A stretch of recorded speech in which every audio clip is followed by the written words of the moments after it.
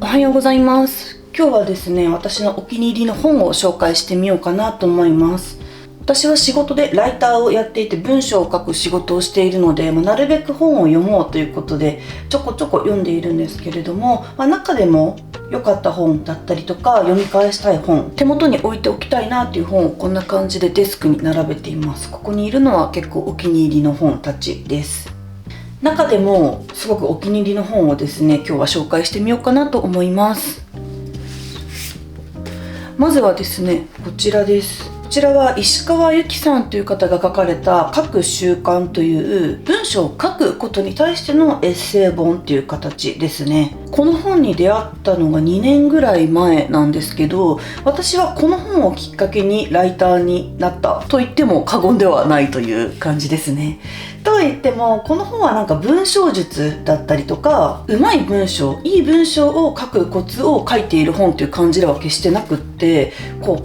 文章を書くだったりとか発信をするっていうことに対してのハードルをめちゃめちゃ下げてくれるっていう感じの本です。もう書く習慣って言ってる通り、書くことがこれを読むとすごく習慣化されるんですよね。この本の中に出てくるセリフの中で、いつかやろう、落ち着いたらやろうって言ってたら5億年ぐらい経つから今すぐやりましょうみたいな言葉が出てくるんですけど、それってもう書くに関してじゃなくて何に対してもそうだなっていうふうにすごく思っていて、もう落ち着いたらやろうとかっていうのって本当にやらない原因になってしまうよねっていうことに気づかされた一冊でした。で、上手な文章で書く必要はないようだったりとか、誰にでも分かるようにもう思った通りに書こう、クソと思ったらクソって言葉で書こうみたいな、もう本当等身大っていう形で発信することだったりとかがすごく楽しくなったなと思って、私はこの本に出会ってノートで文章を書いて発信することを始めて、それから書くっていうこと自体がどんどん楽しくなってライターとして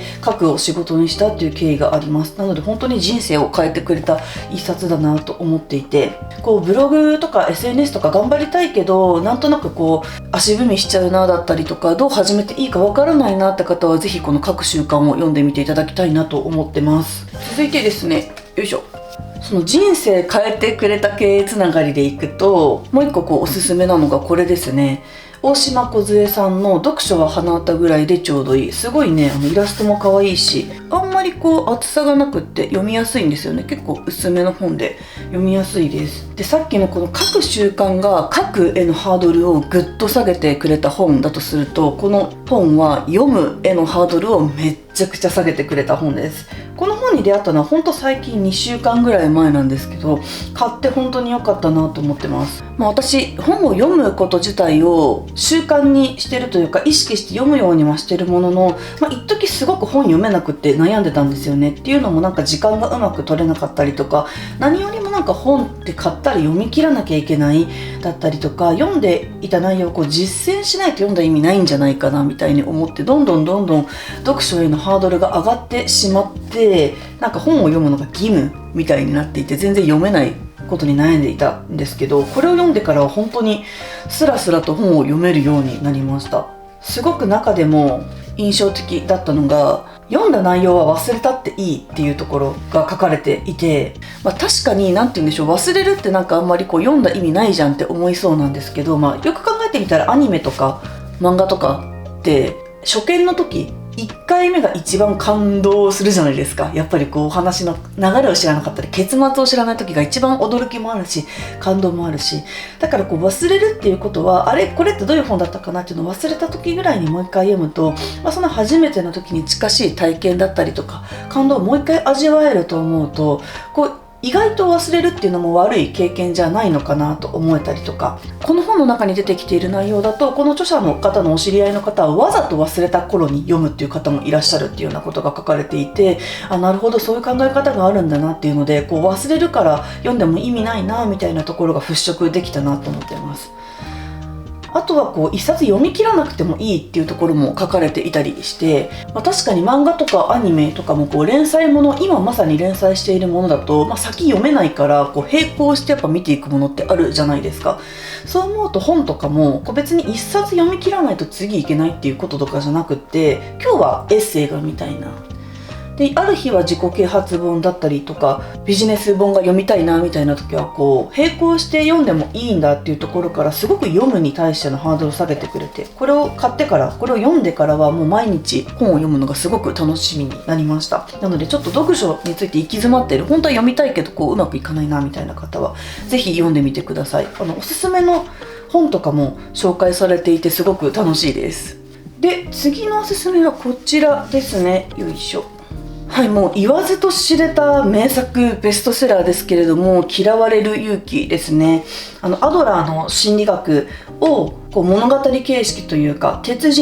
学者と青年のこう対話形式で書かれているっていう本になります。結構心理学とかって難しいイメージがあるんですけど、これはサクサク読めました。でもう本当に有名すぎて、この本を読む前からそのアドラーの考え方みたいなところ自体はいろんなところでねこう紹介されてるのでチラチラ知っててっていうところはあったんですけど、改めてこう読んでみたことでこう自分の考え方を見直すきっかけになったというか、このアドラーっていう人の考え方が結構前衛的というか斬新な部分があったりするので、こう出てくるね人間関係だったり人生に絶望して悩んでる青年がいちいちこう鉄人でねめちゃめちゃ噛みつくんですよ。でなのでちょっと見ていてちょっともうちょっと冷静に話を聞けよ青年って思ったりもするんですけど、めちゃめちゃ自分に心当たりがあって、いや私でもこの青年の気持ちすごいわかるし、私そうだなってこう自分と重ねながら読んだりしました。で有名な考え方の一つとしてこう課題の分離っていうのが出てくるんですけど、自分の課題、自分が直すべき課題だったりとか自分でコントロールできるものと、人の課題、他者の課題、自分にはコントロールできないところをしっかり分けて考えようねっていう部分だったりとか、あとアドラーは原因論ではなく目的論を考えるっていうところで、もう今起こっていることは過去にこういうことがあったから今自分はこうなってしまったんだじゃなくって、過去は関係ない、今は今っていうところをすごく書かれていて、逆に言うとこの目的論、アドラーの考え方でいくと、今自分ができていない理由、自分がうまくいっていない理由を過去のせいにするために過去のエピソードを引っ張ってきているというか、結局自分のものの見方次第なんだなっていうのをすごく考えさせられた本でした。今ここに集中して生きる、過去とか未来とかではなくて今ここに集中しようっていうところが書かれていて、人生無駄にしちゃいけないなっていうことをすごく考えさせられた一冊です。いやさすがやっぱりベストセラーというだけあってめちゃめちゃ読み終わった後に視界が変わった気がしました。はい、で同じく自己啓発系とか考え方みたいなところでいくと、最近読んでよかったのがこちらですね。自分の小さな箱から脱出する方法。これ知り合いにだいぶ前におすすめしてもらって全然読めてなかったんですけど、最近やっと読みました。これもねすごく良かったんですよ。人間関係について書かれている本なんですけど、自己欺瞞っていう、自分のことしか考えてないみたいな、人のことをちゃんと人として見てないみたいなね考え方についてすごい書かれてるんですけど、その自己欺瞞っていう言葉を分かりやすく箱に入っている状態っていう風に噛み砕いて書いてくれているっていう本。これも人と人との対話形式で書かれているので、具体的なエピソードとかも出てきてすごい分かりやすく解説というか紹介されていました。どういう感じかっていうと、自分のことばっかり考えてるというか、人のことを人として見てない、人間として見てないものみたいな形で扱ってしまっていると、どんどんね相手の欠点を必要以上にあげつらうようになって、でどんどんそれに対して自分のことを正当化するようになっていく。でそれを続けていくうちに自分がそういう性格だっていうふうに人は認識し始める。だから自分が正しくあるために人が間違っていてくれてないと自分にとって都合が悪いみたいな現象がどんどん起こっていってしまって、だから人間関係とか仕事とかってうまくいかないんだよ。歪んだ目じゃなくて物事をまっすぐに見ようねみたいな、そういった内容の本なんですけど、もうこれもめっちゃめちゃ自分に心当たりがあって、共感すると同時に読み終わった時にすごく反省しました。今までなんでこの人はこういうことばっかり言うんだろうとか、なんでそんなこの人はめんどくさいことばっかりっていう風にすごい思ってしまっていて、私はこうしてあげてるのにみたいな思ってること正直いっぱいあったんですけど、全部それって自分の見方が間違ってたりとか、自分がそうさせてたのかもしれないなっていうことにすごく気づかされて、読み終わった後に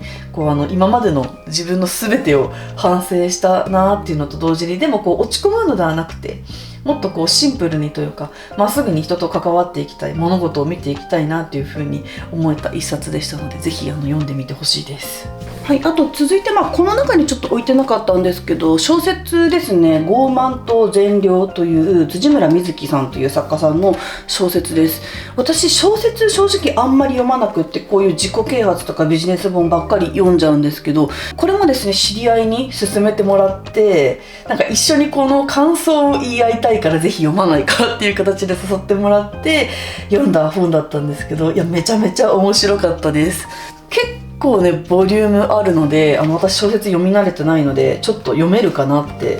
思ったんですけど、すごい面白くて一気に読んでしまいました。ざっくり言うと男女の恋愛婚活について書かれている物語なんですけど、こう2部形式になっていて、一部は男性目線、2部は女性目線で書かれている本です。で、なんて言うんだろうな、読み終わった後になんか心当たりがあるというか、人生ってこれだよなみたいなのがすごく感じる本で、ちょっとうまく言語化できないんですけど、婚活恋愛のお話かと思いきや、ストーリーはそうなんですけど、こう自分の中にある変なプライドだったりとか、親子の関わり方だったりとか、こう男性と女性でのものの見方のこう違いの部分だったりとか、女子同士の人間関係だったりとか、なんかすごく身近にも心当たりがあったなみたいなエピソードがすごく盛り込まれていて、これを私に紹介してくれた人はこう独身30代男性にブスブス刺さるんだよこれがって言って紹介してくれたんですけど、なんか全然男性じゃなくても刺さるなと思います。こううまく言えないんですけど、こうピンとこないっていう言葉って婚活でもそれ以外でも結構みんな使いがちだけど、ピンとこないっていう言葉ってすごい自分を高く見積もってるよねみたいなところだったりとか、心当たりあるなってすごい思わされた本で、めちゃめちゃ面白かったのでぜひ読んでみてほしいです。でこれ映画化が決まったんですよね。この本買った時はまだ日付決まってなかったんですけど、今月映画化が決まっているようなことを本屋さんで見かけたので、ぜひこれは映画も見に行きたいなと思ってます。で同じく最近読んでよかったなっていうのが辻村瑞希さん、さっきの傲慢と善良と同じ作家さんのエッセイですね。あなたの言葉をっていうこの短編のエッセイ集、これがすごく良かったです。これはですね、毎日小学生新聞の中で連載されていたものをこうギュッと集めたエッセイ集なんですけど、なので小学生向けに書かれてる文章なんですよね。先ほどの傲慢と善良はなんか婚活とかっていう話で、なんか明るい話っていうよりは結構こうズーンと重ための話だったんで、私ここからね辻村さんのお話入ったので、こっちのそういうなんて言うんでしょう、リアリティというか、イメージめっちゃ強かったんですけど、これを読んでこんなにすごいなんか温かい言葉を書く人なんだなっていうのをびっくりしました。こう小学生向けに書かれてるので全体的に言葉が丸いというか、なんか大人の立場から子供の時私もこう思ってただったりとか、子供たちに向けてこういうふうに思うことがあるかもしれないけど大丈夫だからねみたいな元気づけ勇気づけをしてくれる本で、大人が読んでもすごく温かい気持ちになれます。私別に子供とかいないんですけど、ぜひお子さんいらっしゃる方とかはねお子さんに読ませてあげるのもいいんじゃないかなと思ったりとかしますし、大人が読んでもすごく癒される一冊だなと思いました。でじゃあ最後ですね、紹介したいのがこちらですね。またちょっとすいません、順番グダグダであれなんですけど、これは自己啓発系の本ですね。八木仁平さんという方の世界一優しい才能の見つけ方っていう本で、これめっちゃめちゃおすすめです。なんか私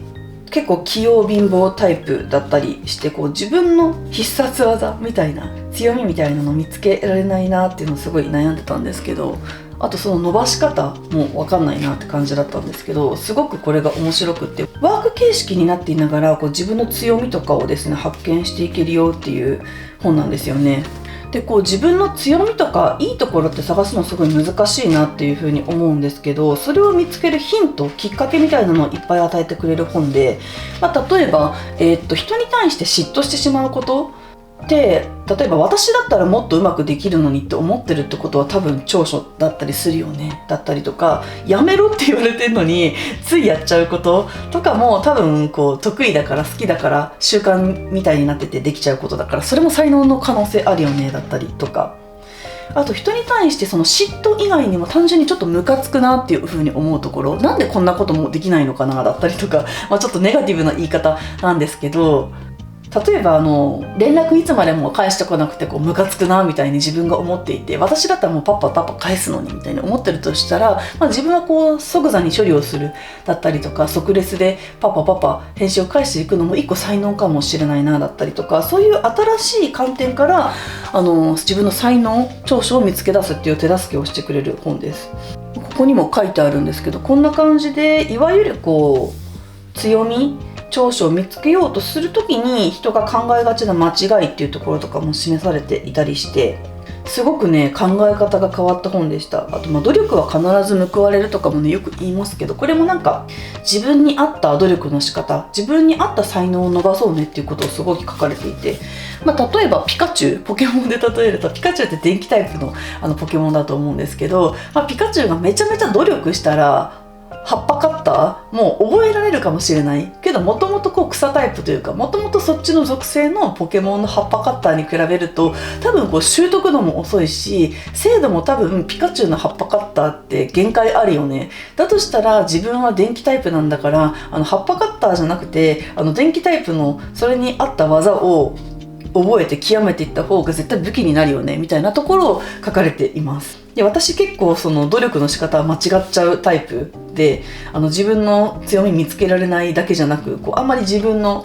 属性に合ってないところを伸ばそうとずっとしてきちゃったなっていうところがあって、これはすごくねそこの考え方を変えてくれた本でした。私結構この本いろんな人におすすめしていて、自己分析みたいなとこだったりとか、自己理解のところとか、キャリアに関して私何もできることないんだよねみたいな悩んでる方には結構おすすめをしているので、皆さんもぜひ気になったら読んでみていただきたいなと思います。はい、という感じでですね、今日はこんな感じで私が今まで読んできてよかったよっていう本を紹介してみました。このチャンネルではですね、こういった本の紹介をはじめ、毎日の生活をちょっと豊かにしたりとか、楽しくする、良くすることに役立つアイテムを紹介したりですとか、私は在宅で働いていたりとかフリーランスで働いているっていう側面があったりするので、そういうところに関してですね Vlog を撮っていったり、ゆるりと続けていければなと思っています。今日が1本目の動画ではあったんですが、もしよかったらチャンネル登録とグッドボタンもよろしくお願いします。ではまた次の動画でお会いしましょう。皆さん今日も良い一日を。バイバーイ。